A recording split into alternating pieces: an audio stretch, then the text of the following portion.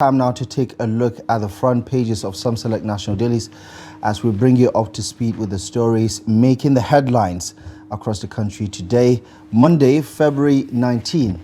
As always, we start with the front page of the Daily Trust newspaper. How about this one? Rising cooking gas price. Nigerians resort to charcoal, firewood. 12.5 kilograms nears 18,000 naira.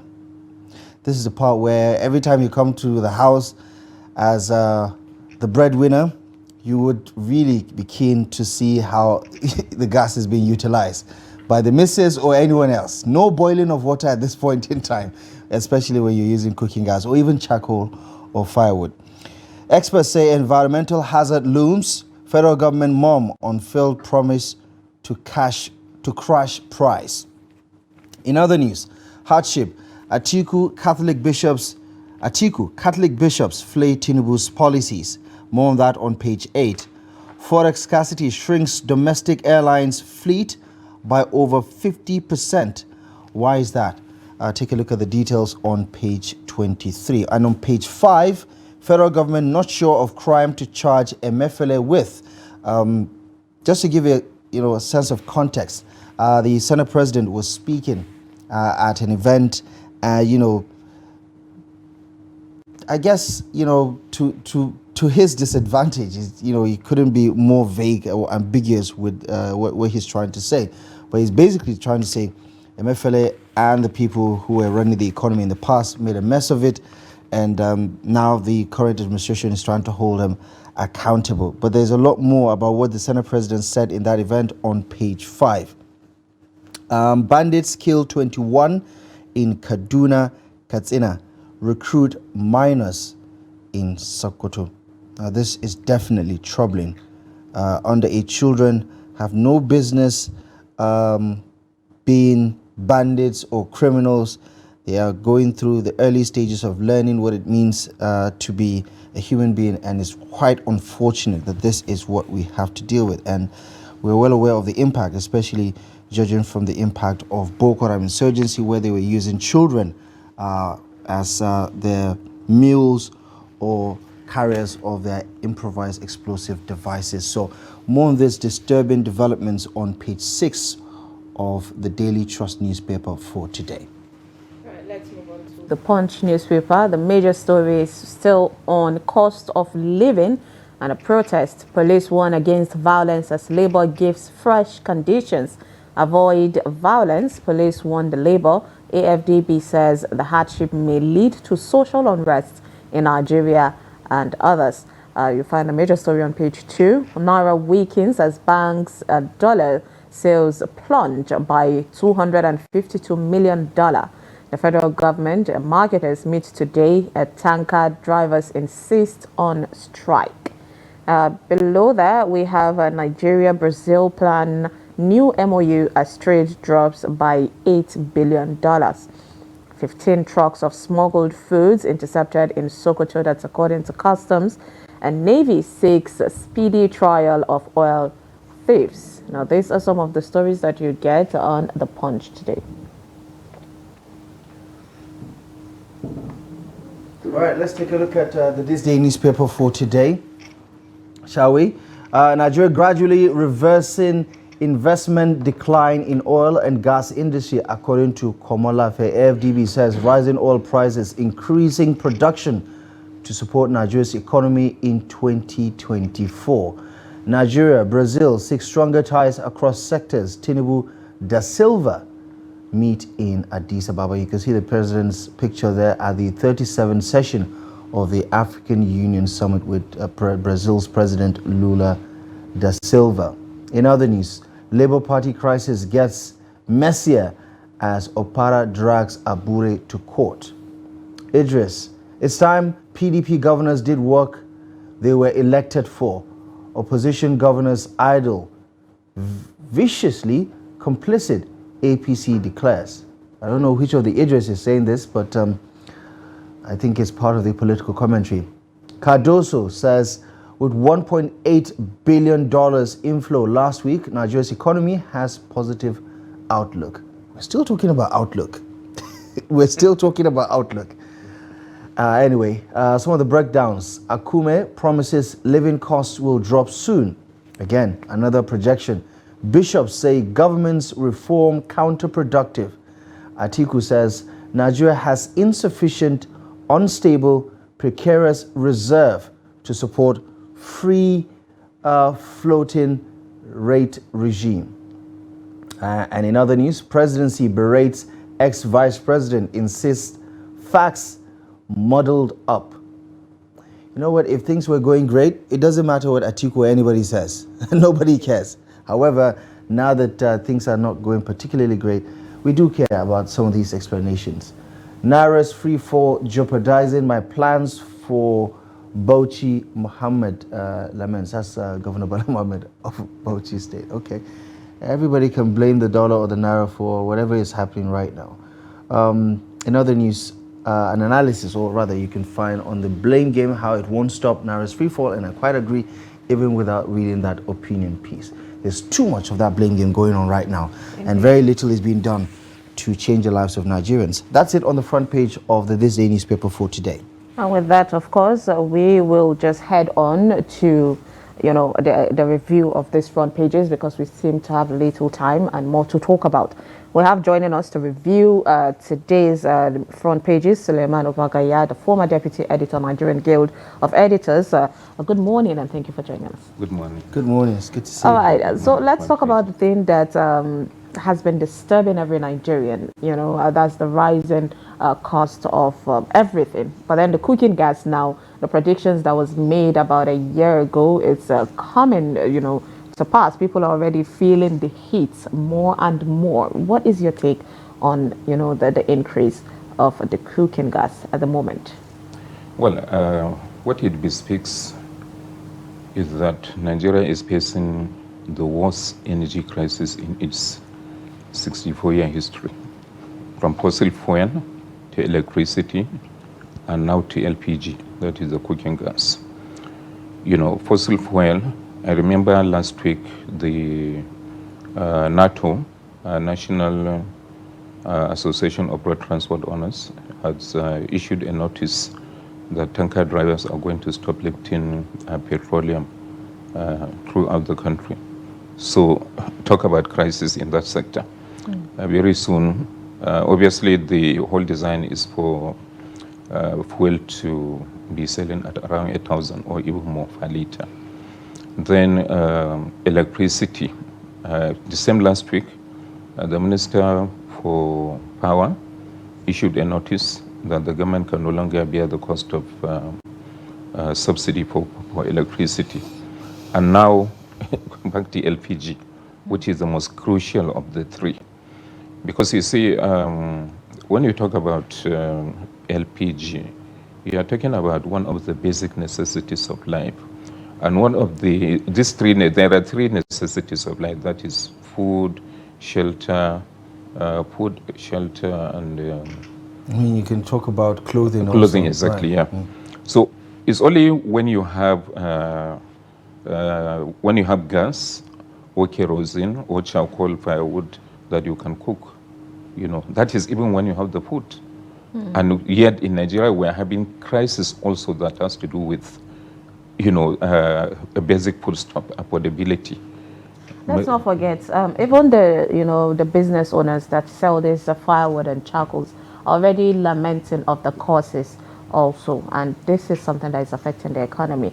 And there is the downside of how all of this would affect the environment, on that one. Anything to say about that? Is there any fear that the federal government will not be able to curb this rise in cost?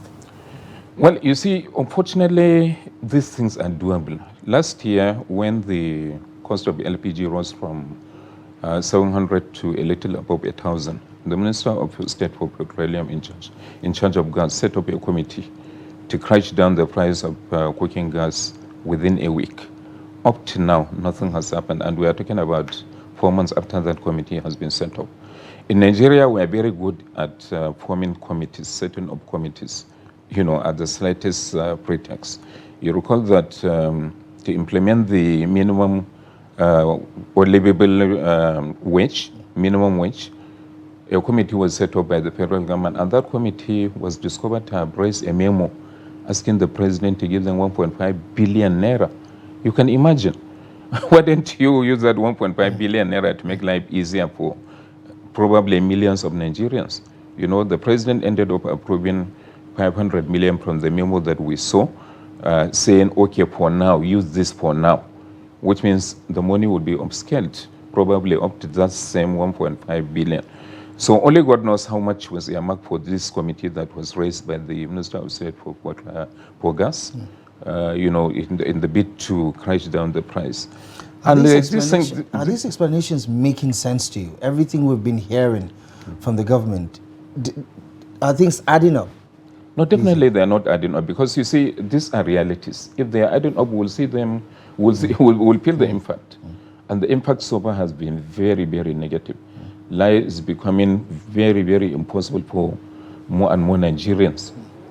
So, I mean, Abdul was throwing shade at, you know, the CBN earlier while reading the front page of this day, where Cardoso was saying about there's going to be inflow and there's positive outlook of what is going to happen. And also in the front page of the Daily Independent, people are complaining that despite the CBN's push, Naira falls to all-time low. So with everything that is happening, I mean, the CBN are saying, oh, we've started making decisions and we're seeing it, you know, we're already seeing the future, that it's going to be beneficial to Nigerians. But then Nigerians and experts, when it comes to economic and financial, you know, tend to see these things differently. Yeah. So how are we going to merge all of this? I mean, I have heard this 1,001 times, even while driving to work. I was hearing it on radio. People are saying Nigerians are good with bringing laws and all that, but then implementing is the issue. And you also made mention of that. So how come all of these things are coming and are not really aligning? Well, the forest crisis is going to be deeper in Nigeria because the policies being implemented by the government are the ones rolled out by, dictated by the Bretton Woods institutions. And the Bretton Woods institutions have never, throughout history, you know, made policies that make life easier for citizenry of any country. You can mention even one country in the whole globe where either IMF or the World Bank or a combination of both have initiated policies that have made life easier. So Cardoso talking about positive outlook. You see, Nigerians will never believe in any positive outlook until they feel positivity in the way their lives, in the way they run their lives. And every day is negativity. That is what we feel. That is what Nigerians get to see on the ground. So is what we see on the ground or what we feel in reality, that is the reality as far as Nigerians are concerned, not what CBN or the Bretton Woods institutions tell us. And what do you make of the commentary around the current economic hardship? I know when political figures speak, they are interpreted through the lens of partisan politics, but we have, you know, Catholic bishops weighing in and saying, listen, everything you're doing is just counterproductive because lives are being you know, impacted negatively by all of these reforms that you're asking us to believe in, that you're trying to work on. What do you make of the commentary? And also, if we can just juxtapose that with the recent comments or statements coming from the Africa Development Bank about Nigeria, Ethiopia, Kenya, and Angola being on the brink of social unrest. We've seen some of it already over the past few weeks. Well, these are very sensitive issues, but if I were the government or if I were a principal part of the government, I would have rather taken the advice of the African Development Bank that the signal, is very ominous.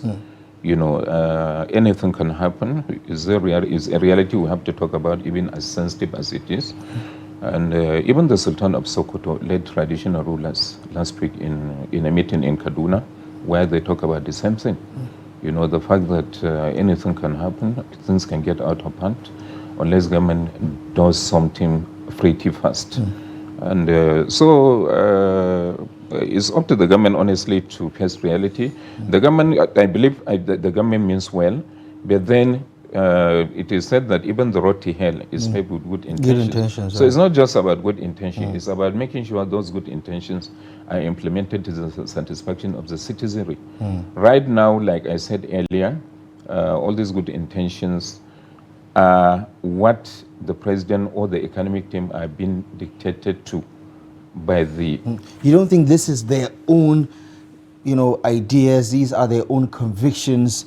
This is the manifestation of the quote-unquote renewed hope agenda. You don't think this is purely an internally domesticated idea that they're trying to implement? Well, if the renewed hope agenda is to do with making life difficult for Nigerians or impossible for Nigerians, then of course we don't want it to continue. You know what they say, it's darkest before dawn. Well, of course, it's understandable that the previous administration of Muhammad Buhari has really messed up the country, especially the economy, and many other sectors also of everyday life in Nigeria. But then the policies being implemented by this government seem to be in a rush, seem to be uncoordinated, and that is why there is no, there doesn't seem to be any light at the end of the tunnel. It's hopelessness all through. I do disagree with people who feel maybe that there will be light at the end of the tunnel. It's only when, you already. You say? You have given up already.